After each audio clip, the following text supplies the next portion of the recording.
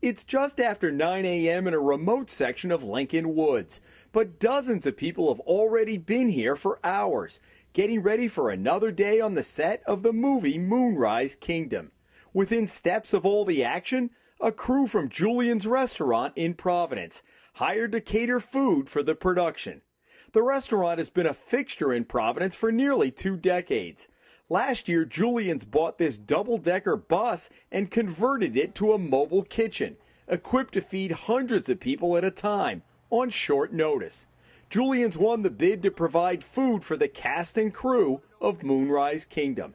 And that was the General Assembly's intention when it passed the state's Motion Picture Incentive Program in 2005, to lure TV and film companies, and to give Rhode Island businesses an opportunity to cash in on support services like catering. They required trucks and being able to set up tables and chairs and move things around to different locations, sometimes within a 20-minute notice. Bob Correa, owner of the West Valley Inn, knows the program well. He successfully bid on 2 TV pilots shot in Rhode Island, Waterfront and Empire State, each filmed over a 5 to 6 week period at a catering cost of about $25,000 to $30,000 each. I employ about 80 people, so we're more than capable of handling all this kind of stuff. Just tell us what you want and didn't want, and that's exactly what we did.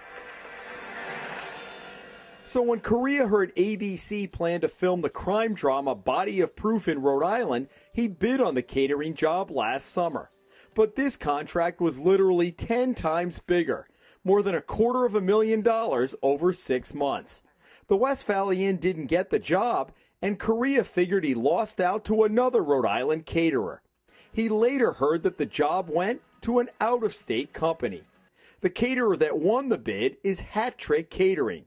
On its website, Hat Trick bills itself as a full-service motion picture catering company that has taken advantage of incentives offered by 9 states. Rhode Island is not listed as one of them.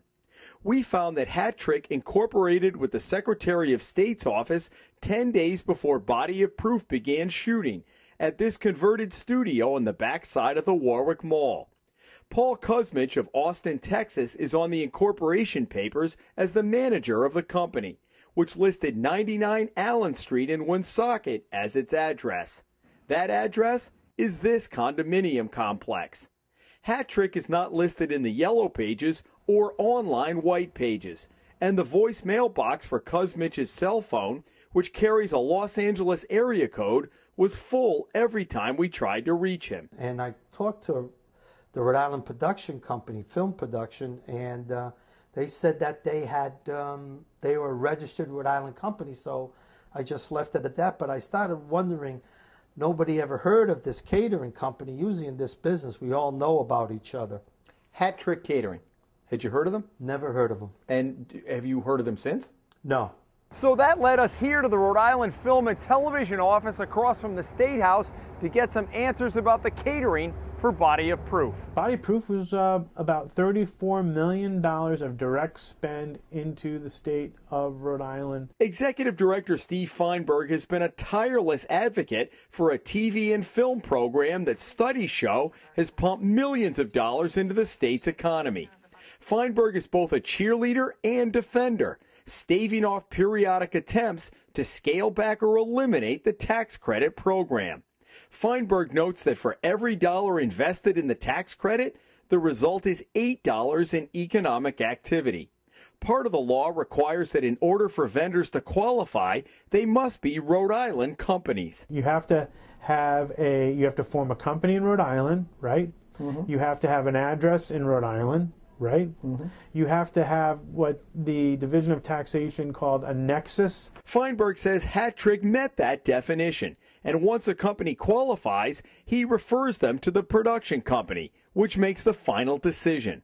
But we don't know, and neither does Feinberg, if Hat Trick hired Rhode Islanders to work on their catering crew. Every day I hear about the EDC needing to bring, companies in. We've got companies leaving at a rapid pace. Why wouldn't we encourage companies to come in and form relationships? But if you go down that scenario, the thought would be They come here, they establish, and they stay. There's no indication that Hat Trick Catering exists in Rhode Island after Body Approved stopped filming. But where are the, but is there an example that they're not doing anything? If they're trying to do business in Rhode Island, you would think they would be somewhere. The yellow pages, the white pages, in some type of trade publication. You do a Google search. Hat Trick Catering, the only place they exist now is in the Secretary of State's office because they formed right before the production. But they're a new company.